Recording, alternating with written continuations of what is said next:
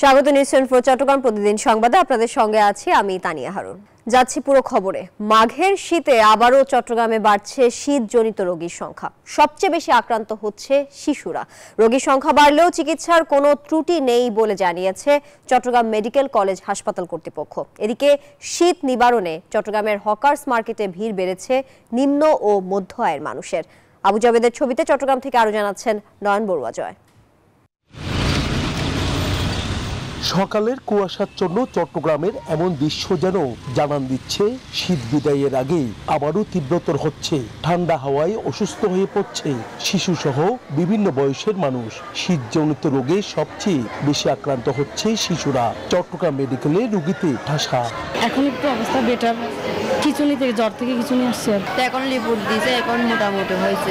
আচ্ছা, গরিবের মেডিকেল নামে পরিচিত চট্টগ্রাম মেডিকেলের শিশু ওয়ার্ডে ধারণ ক্ষমতার চেয়ে 3 গুণের বেশি 32 শিশু। অন্যান্য ওয়ার্ডেও রোগী বাড়ায় হিমশিম খেতে হচ্ছে তাদের। তবু চিকিৎসার কোনো ত্রুটি নেই বললেন মেডিকেল পরিচালক। বাচ্চাদেরকে কোনোভাবে যেন তাদেরকে যেন ঠান্ডা লাগানো না হয়, তাদেরকে অবশ্যই শীতের কাপড় চোপড়গুলো পরাতে হবে। এবং অনেক সময় দেখা যাচ্ছে কি বাচ্চারা অনেক সময় বেশি গরম কাপড় চোপড় পরে আছে, আবার কিন্তু ঘামতেছে। তখন ঘাম যখন শুকিয়ে যায় তখন কিন্তু আবার তাদের নিজেদের ঠান্ডা লেগে যায়। এই জিনিসগুলো একটু খেয়াল রাখতে হবে। এইদিকে শীত নিবারণে জহুর হকার্স মার্কেটে গরম কাপড় কিনতে ভিড় জমাচ্ছেন নিম্ন ও মধ্য আয়ের মানুষ। কম দামে এখানে পোশাক পাওয়ায় ভিড় জমান তারা। নয়ন বড়ুয়া জয়, নিউজ 24 চট্টগ্রাম। চট্টগ্রাম অঞ্চলেও বেড়েছে শীতের প্রভাব। হাসপাতালে বাড়ছে শীতজনিত রোগীর সংখ্যা। আরো খবর জানাতে যুক্ত হচ্ছেন আমাদের সহকর্মীরা। শুরুতেই যাচ্ছি নয়ন বড়ুয়া জয়ের কাছে। জয়, চট্টগ্রামের শীতের প্রভাব কেমন দেখছেন আর হাসপাতালের চিত্র সম্পর্কে আমাদেরকে বিস্তারিত জানাবেন।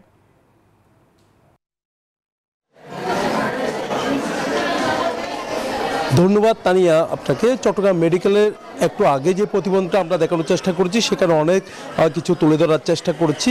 আবারও হঠাৎ করে আমরা দেখছি ঠান্ডার হাওয়া কিন্তু বয়ে যাচ্ছে চট্টগ্রামে। তো এখানে চিকিৎসক যারা আছে তারাও চেষ্টা করছেন। এখানে যেহেতু রোগীর চাপটা অনেকটা বেড়ে গেছে, আমরা দেখছি সবচেয়ে বেশি আক্রান্ত হচ্ছে ঠান্ডাজনিত রোগে শিশুরা।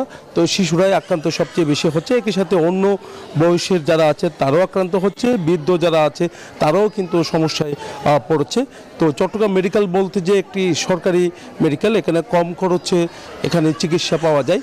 এই কারণে প্রত্যন্ত অঞ্চল থেকে যারা আক্রান্ত হচ্ছে তারা চট্টগ্রাম মেডিকেলেই চলে আসছেন।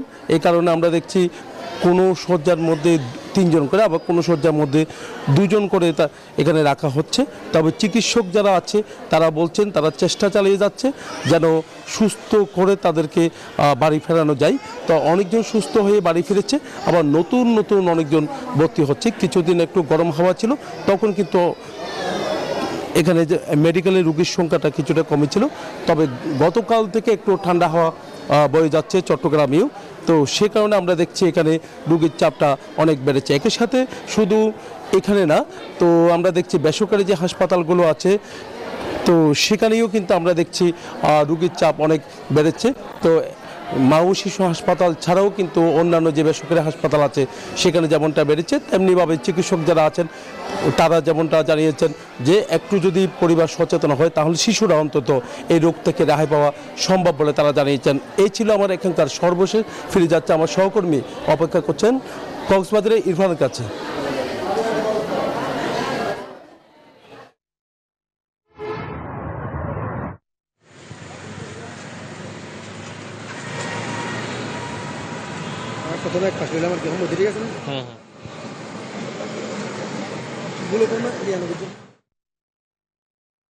চলছে শীতের প্রকোপ। এখন মোটামুটি বলা যায় গত কয়েকদিন ধরেই কক্সবাজারে শীত শুরু হয়েছে, কিন্তু কয়েকদিন ধরে যারা কক্সবাজারের যে পরিবেশ অধিদপ্তর এবং কক্সবাজারের যারা মোটামুটি আবহাওয়া অধিদপ্তর যেটি বলছে, তারা আসলে কক্সবাজারের কয়েকদিন ধরে তাপমাত্রা একটু বৃদ্ধি পাওয়ায় মোটামুটি শীতের প্রকোপটা আগের চেয়ে একটু কম রয়েছে। তবে কক্সবাজারের অন্যান্য দিনের যে তুলনায়, অন্যান্য বছরের তুলনায় শীতের প্রকোপটি আসলে এবছর একটু কম।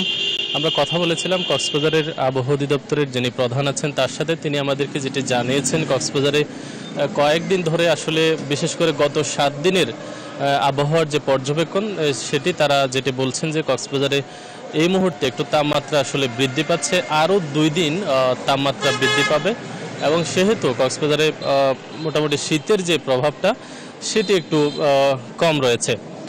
তো মূলত এই কয়দিনের যে শীতের প্রভাব, এখানে আসলে শীতবাহিত রোগের প্রভাবও বৃদ্ধি পাচ্ছে। কক্সবাজারের যে হাসপাতালগুলো, সেই হাসপাতালগুলোর যারা কর্তৃপক্ষ আছে তারা যেটি বলছেন যে শীতবাহিত রোগীদের সংখ্যাও দিন দিন আসলে কক্সবাজারে বৃদ্ধি পাচ্ছে। তো এই ছিল কক্সবাজারের শীতের সর্বশেষ খবর। এখন আমরা চলে যাচ্ছি আমাদের সহকর্মী মুমুর কাছে।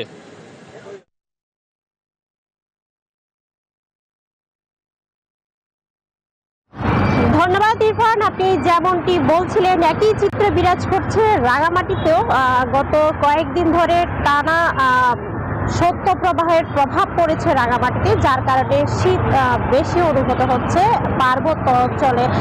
যেহেতু পাহাড়ি অঞ্চল, এমনিতেই সীমান্তবর্তী এলাকা হওয়ার কারণে এখানে বেশি শীত অনুভূত হয়। আর এই শীতের কারণে কিন্তু ঠান্ডাজনিত রোগে আক্রান্ত হচ্ছে এখানকার স্থানীয়রা। সবচেয়ে বেশি আক্রান্ত হচ্ছে শিশু এবং বয়স্ক যারা আছে তারা বেশি আক্রান্ত হচ্ছে। সর্দি, কাশি, জ্বর, ডায়রিয়া, নেমোনিয়া তো লেগেই আছে। হাসপাতালগুলোতেও আগে আমরা দেখতে পেয়েছি একই চিত্র, ভিড় লেগে আছে। রাঙামাটি জেনারেল হাসপাতালে 100 শয্যার হাসপাতাল হলো, রোগী ভর্তি হচ্ছে প্রায় 150 থেকে 200 কাছাকাছি, এমনটা তথ্য আমাদেরকে জানিয়েছেন হাসপাতাল কর্তৃপক্ষ। একই সাথে আমরা জানতে পেরেছি রাঙামাটির যে সীমান্তবর্তী উপজেলা আছে সেখানেও খুব বিপাকে আছেন স্থানীয়রা এবং তারা বিভিন্ন শীতজনিত রোগে আক্রান্ত হচ্ছে। তো রাঙামাটি থেকেই ছিল আমার কাছে সর্বশেষ তথ্য। পেয়ে যাচ্ছি স্টুডিওতে। মুমু, আপনাকে ধন্যবাদ। সেই সাথে ধন্যবাদ জানাচ্ছি কক্সবাজার থেকে ইরফানকে এবং চট্টগ্রাম থেকে নয়ন বড়ুয়া জয়, আপনাকেও আমাদের সঙ্গে যুক্ত থাকার জন্য। দর্শক, যেমনটা দেখছিলেন শীতের প্রভাবে শীতজনিত রোগীর সংখ্যা বাড়ছে হাসপাতালগুলোতে, সেই বিষয়ে বিস্তারিত জানাতে যুক্ত ছিলেন আমাদের সহকর্মীরা। যাচ্ছি পরবর্তী প্রসঙ্গে। সভা, সেমিনার ও বিভিন্ন কর্মসূচির মধ্য দিয়ে চট্টগ্রামে আন্তর্জাতিক কাস্টমস দিবস পালিত হচ্ছে। দিবসটি উপলক্ষে সকালে চট্টগ্রাম কাস্টমস হাউস অডিটোরিয়ামে দিনব্যাপী অনুষ্ঠানের উদ্বোধন করেন চট্টগ্রাম বিশ্ববিদ্যালয়ের উপাচার্য কামাল উদ্দিন। সভায় বক্তারা বলেন, আমদানি রপ্তানিকারকরা আরও এগিয়ে আসলে চট্টগ্রাম কাস্টমসের রাজস্ব আদায় লক্ষ্যমাত্রা ছাড়িয়ে যাবে। এ সময় চট্টগ্রাম কাস্টমস কমিশনার শওকত আলী সাদির সভাপতিত্বে আরও উপস্থিত ছিলেন অতিরিক্ত বিভাগীয় কমিশনার মোহাম্মদ আনোয়ার পাশা সহ অন্যান্যরা।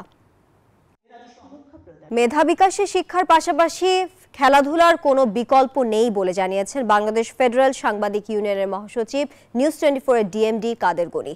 শনিবার রাতে চট্টগ্রামের ফটিকছড়িতে শফিউল আজম স্মৃতি প্রগতি গোল্ড কাপ ফুটবল টুর্নামেন্টের ফাইনাল খেলার পুরস্কার বিতরণী অনুষ্ঠানে প্রধান অতিথির বক্তব্যে তিনি কথা বলেন স্কুল কলেজ শিক্ষার্থীদের মোবাইল ফোনে আসক্তি থেকে সরিয়ে খেলামুখী করতে হবে। এ সময় বাংলাদেশ জাতীয়তাবাদী দল লেলাং ইউনিয়ন সভাপতি সরার হোসেন, শাহনগর প্রগতি সংঘের সাধারণ সম্পাদক মোস্তফা কামরুল, বিএনপি সদস্য সচিব জহির আজম চৌধুরী সহ অনেকে উপস্থিত ছিলেন। মাঠ না থাকার কারণে, পৃষ্ঠপোষকতা না থাকার কারণে খেলার প্রতি শিশুদের আগ্রহতা দিন দিন কমে যাচ্ছে। অথচ বুদ্ধির বিকাশের জন্য লেখাপড়ার পাশাপাশি খেলাধুলা অতীব জরুরি। এই জিনিসটা যেন আমাদের সরকার বা দায়িত্বশীলরা ভুলে যেতে বসেছেন। চট্টগ্রাম মহানগরীর পলিটেকনিক এলাকায় অভিযান চালিয়ে 4 জন অপহরণকারীকে গ্রেফতার করেছে মহানগর গোয়েন্দা পুলিশ। দুপুরে সংবাদ সম্মেলনে সিএমপির পুলিশ কমিশনার রইচ উদ্দিন জানান, গত রাতে হাত পা বাঁধা অবস্থায় 3 জন অপহৃত ভিকটিমকে উদ্ধার করে ডিবি। পরে অভিযান চালিয়ে 4 অপহরণকারীকে গ্রেফতার করা হয়। এ সময় অপহরণ কাজে ব্যবহৃত 5টি মোটরসাইকেল এবং দেশীয় অস্ত্র জব্দ করা হয়। অভিযান অব্যাহত আছে বলে জানায় পুলিশ।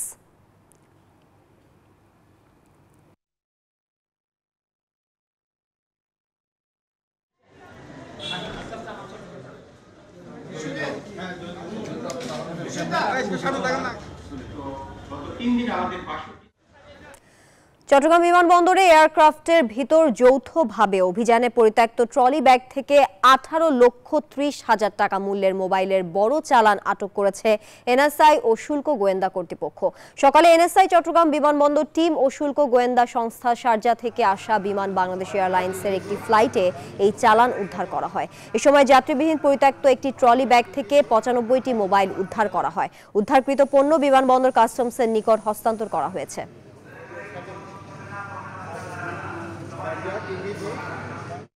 পরবর্তী প্রজন্মের জন্য চট্টগ্রামকে একটি আধুনিক নগরী হিসেবে গড়ে তোলাই প্রধান লক্ষ্য। এই লক্ষ্য অর্জনে জনগণের আন্তরিক সহযোগিতা অপরিহার্য বলে মন্তব্য করেছেন চট্টগ্রাম সিটি কর্পোরেশনের মেয়র ডাক্তার সাদাত হোসেন। শনিবার রাতে নগরীর আগ্রাবাদে বসুন্ধরা আবাসিক কল্যাণ সমিতির আয়োজনে সংবর্ধনা অনুষ্ঠান ও শীতবস্ত্র বিতরণকালে তিনি এই মন্তব্য করেন। এ সময় মহানগর বিএনপির যুগ্ম আহ্বায়ক ইয়াসিন চৌধুরী লিটন, বসুন্ধরা আবাসিক কল্যাণ সমিতির সভাপতি মনজুর আহমদ ও সাধারণ সম্পাদক মোহাম্মদ হানিফ পেয়ারু সহ আরো অনেকে উপস্থিত ছিলেন। এই শহরটি সুন্দর থাকুক এবং এই শহরটি সুন্দর থাকলে পরে আমাদের নেক্সট জেনারেশনকে আমরা একটা complete green city, healthy city এবং ক্লিন সিটি আমরা উপহার দেব। কক্সবাজারের টেকনাফ স্থলবন্দরে সিন্ডিকেটের মাধ্যমে অর্থ আত্মসাতের প্রতিবাদে মানববন্ধন করেছেন শ্রমিকরা। সকাল 9টায় টেকনাফ স্থলবন্দরের প্রধান ফটকে এই কর্মসূচি হয়। এতে কয়েক শত শ্রমিক অংশগ্রহণ করেন। কর্মসূচিকে ঘিরে সকাল থেকে ট্রলার ও ট্রাকে মালামাল উঠানামা বন্ধ রেখেছে শ্রমিকরা। এতে ব্যাপক ক্ষতির মুখে পড়েছেন ব্যবসায়ীরা। মানববন্ধনে অর্থ আত্মসাৎকারীদের শাস্তি এবং ন্যায্য মজুরি প্রদানের দাবি জানান শ্রমিকরা। গাড়ি লোডের টাকা কিন্তু টাকাগুলো মাদিরে নিয়ে নেই, কিন্তু আমাদেরকে দেয় 3,000, 4,000, 5,000 টাকা। ইয়ার বাহিরে কি টাকা দেয় না। কার্ড বন্ধ থেকে দেওয়া হয়েছে কিন্তু আমাদেরকে দেয় না। কারা দেয় না? মাদিরা দেয় না। কিন্তু কার্ডের জন্য আমাদের কাছ থেকে একটা গাড়ির প্রতি 1,000 টাকা করে কি কাটানো হয়েছে। বাংলাদেশ ইসলামী ছাত্র সেনা চট্টগ্রাম দক্ষিণ জেলার 45তম প্রতিষ্ঠা বার্ষিকী উপলক্ষে ছাত্র সমাবেশ হয়েছে। দুপুরে কর্ণফুলী এ.জে. চৌধুরী কলেজ ময়দানে অনুষ্ঠানের আয়োজন করা হয়। ছাত্রনেতা ওসমানের সভাপতিত্বে প্রধান অতিথি ছিলেন বাংলাদেশ ইসলামী ফ্রন্ট মহাসচিব অধ্যক্ষ শ.উ.ম. আব্দুস সামাদ। বলেন, বৈষম্যহীন বাংলাদেশ গড়তে সুশাসন ও ন্যায় বিচার প্রতিষ্ঠা করতে হবে। সবাইকে দেশপ্রেম নিয়ে নতুন বাংলাদেশ গড়তে আহ্বান জানান তিনি। বাংলাদেশ ইসলামী ছাত্র সেনা চট্টগ্রাম দক্ষিণ জেলার 45তম প্রতিষ্ঠা বার্ষিকী উপলক্ষে ছাত্র সমাবেশ অনুষ্ঠিত হয়েছে।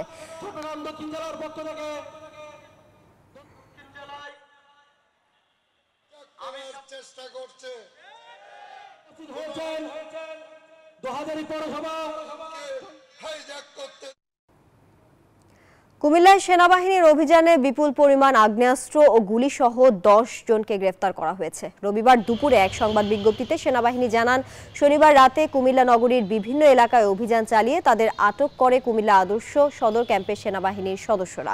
এ সময় তাদের কাছ থেকে একটি 9 মিলিমিটার পিস্তল, 1 রাউন্ড পিস্তল বুলেট, একটি রিভলভার, 3টি শর্টগান, একটি রামদা, একটি বিদেশি তলোয়ার, দেশি রামদা, দেশি চাকু, 9 রাউন্ড শর্ট গানের বুলেট, 3 রাউন্ড রিভলভার বুলেট উদ্ধার করা হয়। পরে গ্রেফতারকৃতদের কোতোয়ালি থানায় হস্তান্তর করা হয়।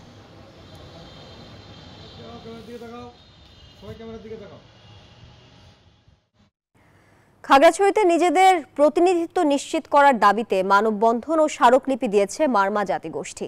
সকালে খাগড়াছড়ি প্রেস ক্লাবের সামনে জাগ্রত মারমা সমাজ খাগড়াছড়ি ব্যানারে মানববন্ধনটির আয়োজন করা হয়। বক্তারা 3 পার্বত্য জেলায় মারমা সম্প্রদায় বিভিন্নভাবে বৈষম্যের শিকার হচ্ছে বলে অভিযোগ করেন। মানববন্ধন শেষে জেলা প্রশাসকের কাছে প্রধান উপদেষ্টা বরাবর স্মারকলিপি দেন মারমা জাতিগোষ্ঠীর প্রতিনিধিরা।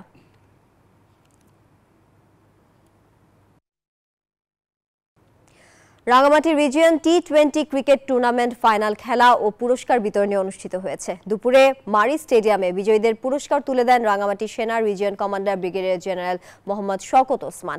রাঙ্গামাটি রিজিয়নের পৃষ্ঠপোষকতায় ও জেলা ক্রীড়া সংস্থার ব্যবস্থাপনায় এতে উপস্থিত ছিলেন লেফটেন্যান্ট কর্নেল মোহাম্মদ মাহতাব, জেলা বিএনপি সাধারণ সম্পাদক মোহাম্মদ মামুনুর রশিদ মামুন ও জেলা জামাতের আমির অধ্যাপক আব্দুল আলিম।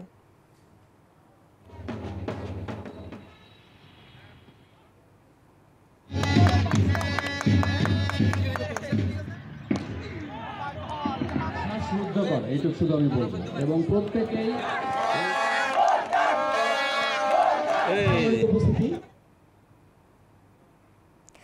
চট্টগ্রাম প্রতিদিন সংবাদ এখন এ পর্যন্ত। আরো সংবাদ ও বিশ্লেষণ জানতে ভিজিট করুন News 24 BD.tv। এতক্ষণ সঙ্গে থাকার জন্য সবাইকে ধন্যবাদ।